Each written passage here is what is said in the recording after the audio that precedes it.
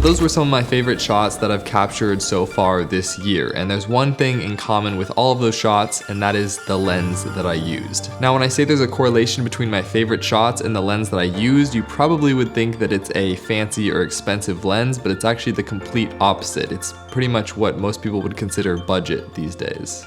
This specific lens is not the sharpest, it's not the highest resolution, it doesn't have the fastest autofocus, it doesn't have the best focal lengths, but one thing that it does have, which other lenses don't have, is versatility.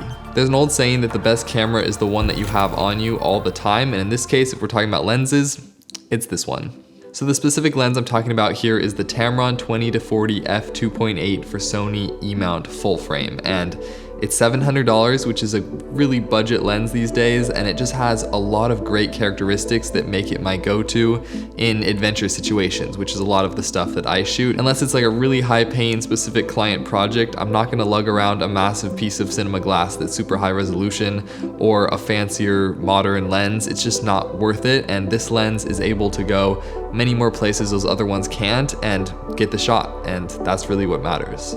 So if I'm doing a big hiking or backpacking trip, climbing trip, skiing trip, all of those things, it's hard to bring a lot of equipment and you want something that just works and gets the job done in most situations, and I find that this lens really delivers.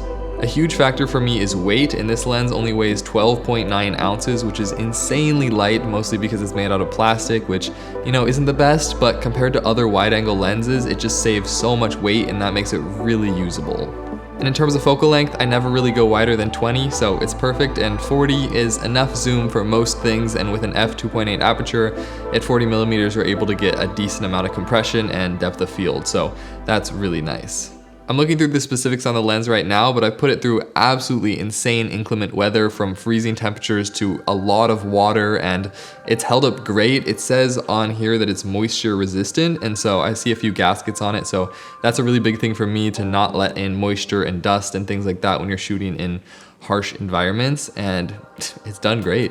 So for example, for a shoot, I could bring a lens 2 to 3 times the weight of this one, and I could get some marginally better shots, but I can go faster and lighter with this lens, and it just gives me more opportunities to get more unique shots. And I also love how small this lens is, because I can just put it in unique places where I wouldn't normally be able to get shots, and it also has pretty close focusing distances, and so I can get some almost macro like shots, and I just really like the perspective of being able to go anywhere and just get creative with your camera and be able to take it anywhere. So that's what I really find valuable with this lens, and that's why I've been using it a lot this year, and that's why some of my favorite shots are captured on this lens.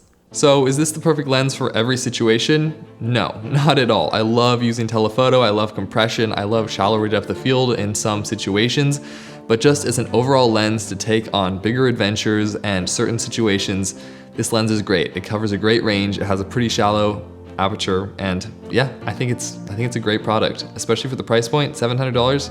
Come on. You can't go wrong with that. I've even been seeing some people saying that this should be the standard for a kit lens, and I totally agree. I think just having that wider end of focal length with a smaller zoom and then a consistent aperture is huge. Anyway, those are some of my thoughts and what I've been seeing and experiencing with this lens, and just thought I'd share it with the world here. So if you're interested or curious about shooting some stuff like this, maybe consider looking at this lens. I think it's a great product and does the job well. That's it for today. Thanks for watching. See you in the next video.